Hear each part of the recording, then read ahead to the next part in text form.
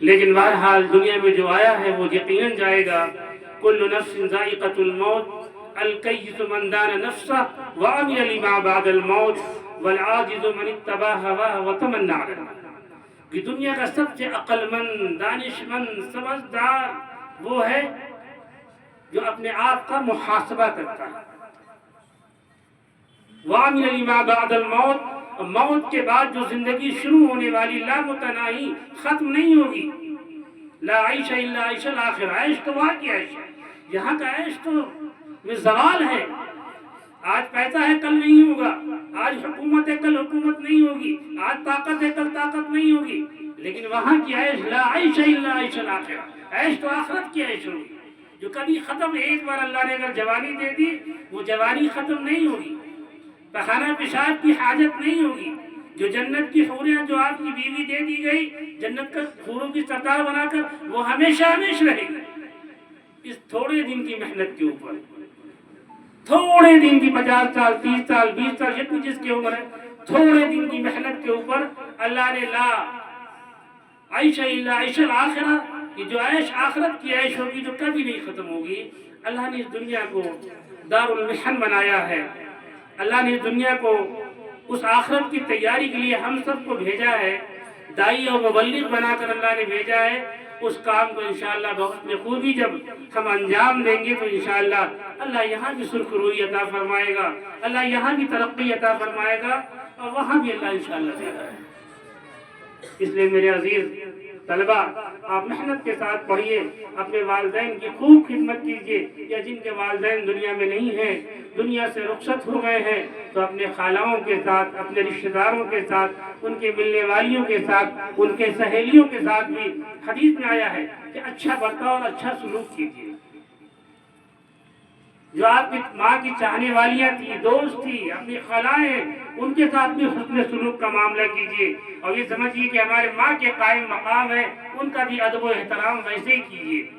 لیکن جن کے والدین حیات ہیں، قرآن نے تو بڑا سخت لفظ استعمال کیا ہے. قرآن اللہ نے بڑے سخت الفاظ میں کہا کہ انہیں اف تک نہ کہو، انہیں جھڑکو نہیں، ان کی آواز کے سامنے آوازیں بلند نہ کرو. آج کی نیو جنریشن جو ہے کا حال یہ کہ ذرا سا کوئی کام بتایا گیا، ارے ٹھیک ہے اپنی بار بار ہمیں سے کہتی ہے، کوئی ملتا ہی نہیں ہے. یہ ہم نے سنا ہے. اب سارا کام ہمیں کو بتا دیا کرتے، ہم سے نہیں ہو پائے گا. صاف انکار. کیا دل پہ گزرتی ہوگی، لیکن بددعا نہیں نکلتی ہے. جب بھی ماں کے دل سے بددعا نہیں نکلتی ہے، بیٹا کر لیجئے، خوشامدی ہوتی ہے. لیکن واقعی میں اطاعت میں، فرما برداری میں، حکم کو ماننے میں جو چیزیں مل جائیں گی آپ کو جس کو آپ سوچ نہیں سکتے، سوچ نہیں سکتے، خواب و خیال میں نہیں سوچ سکتے. لہذا آج ہی سے اسی وقت سے آپ انشاءاللہ تہیہ اور ارادہ کیجئے اور عزم مصمم کیجئے کہ انشاءاللہ ہمارے اندر خدمت آئے گی، خدمت کریں گے. پیر ذوالفقار نقشبندی صاحب فرماتے ہیں کہ 3 باتیں اگر زندگی میں آ جائیں تو ہم کامیاب ہیں. 3 باتیں.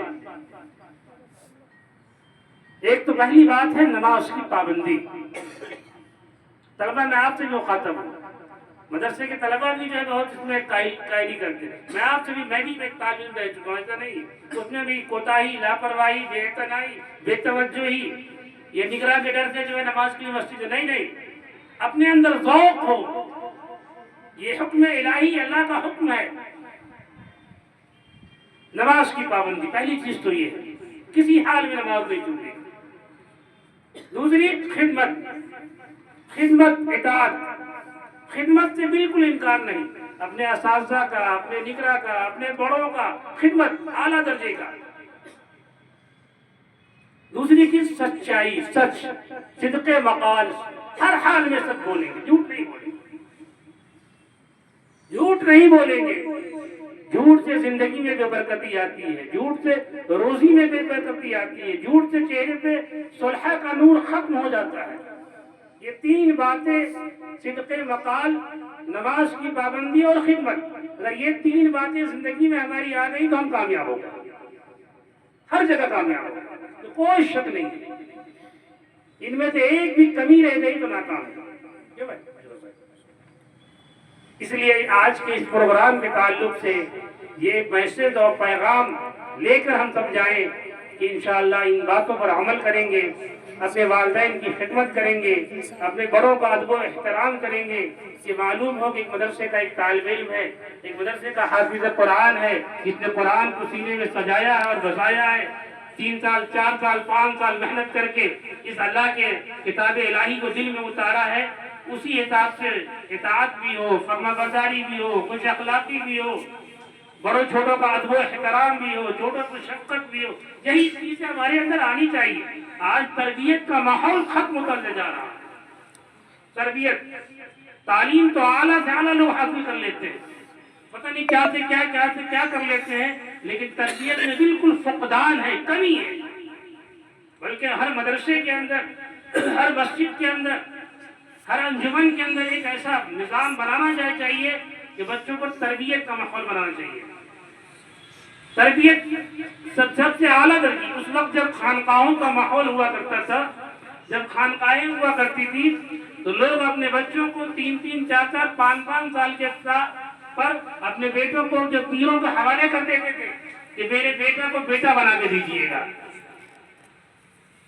میرے بیٹے کو آپ کے حوالے ہم نے کر دیا، اس کو بیٹا بنا کے دیجیے گا.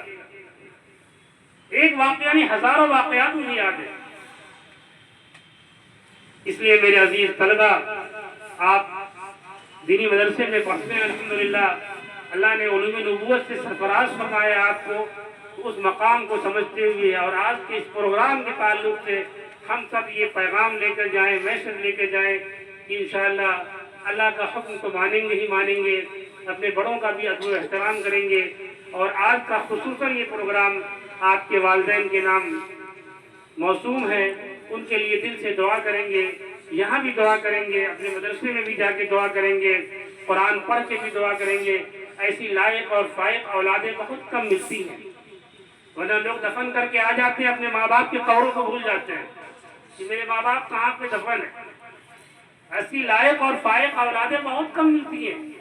اللہ نے ان کے والدین کی تربیت میں نظر آتی ہے، والدین کی شفقت نظر آتی ہے، والدین کی محبت نظر آتی ہے کہ والدین نے جیسی آپ کی تربیت کی ہے اسی نقش قدم پہ آپ چل رہے ہیں اور انشاءاللہ چلتے بھی رہیں گے. آپ کی زندگی میں الحمدللہ جانے کتنی نشیب و فراز آئے ہوں گے، نہ جتنی جو اونچ نیچ آئی ہوگی، اللہ نے سب کا مقابلہ آپ سے کروایا والدین کی دعاؤں کی برکت. اس لیے ہمارے لیے اور آپ کے لیے، تمام لوگوں کے لیے یہ پروگرام ایک میسج دیتا ہے کہ ہم اپنے ماں باپ کو یاد رکھیں. جو اپنے ماں باپ کا شکر ادا کرے گا وہ رب کا بھی شکر ادا کرے گا. قرآن نے کہا ہے کہ اللہ میرا شکر ادا کرو، قرآن کہہ رہا نشکر لی، میرا شکر کرو اور اپنے والدین کا شکر ادا کرو جس کی وجہ سے دنیا میں آئے تھے. ایک صحابی آئے اور کہا کہ میں نے اپنے ماں کا حق ادا کر دیا. کہا کیا حق ادا کر دیا بھائی؟ ہم نے کہا 7 حج کندھے پہ بٹھال کے کیا ہے. کہا تم نے ایک بھی حق ادا نہیں کیا. جس وقت تمہاری ولادت ہوئی تھی، پیدائش ہوئی تھی اور تمہاری ماں کی جو چیخ نکلی تھی اس کا بھی حق ادا نہیں کیا. 7 حق تو بہت، پورا حق تو بہت دور کی بات ہے. اس لیے میرے عزیز بچوں، طلبہ، اپنے والدین کی خوب خدمت کیجیے، دل و جان سے خوب دعائیں لیجیے اور اپنے اساتذہ کی خدمت کیجیے. اپنے اساتذہ کے سامنے بھی وہ بھی ماں باپ کے قائم مقام ہوتے ہیں، جو ہم کو ادب سکھاتے ہیں، جو ہمیں تعلیم سکھاتے ہیں، جو ہم کو مہذب بناتے ہیں. اور اسی کے ساتھ ساتھ قرآن کی تلاوت زیادہ سے زیادہ کیجیے اور خوب دعائیں کیجیے. تمام مرحومین کے لیے دعائیں کرتے ہوئے اسی کے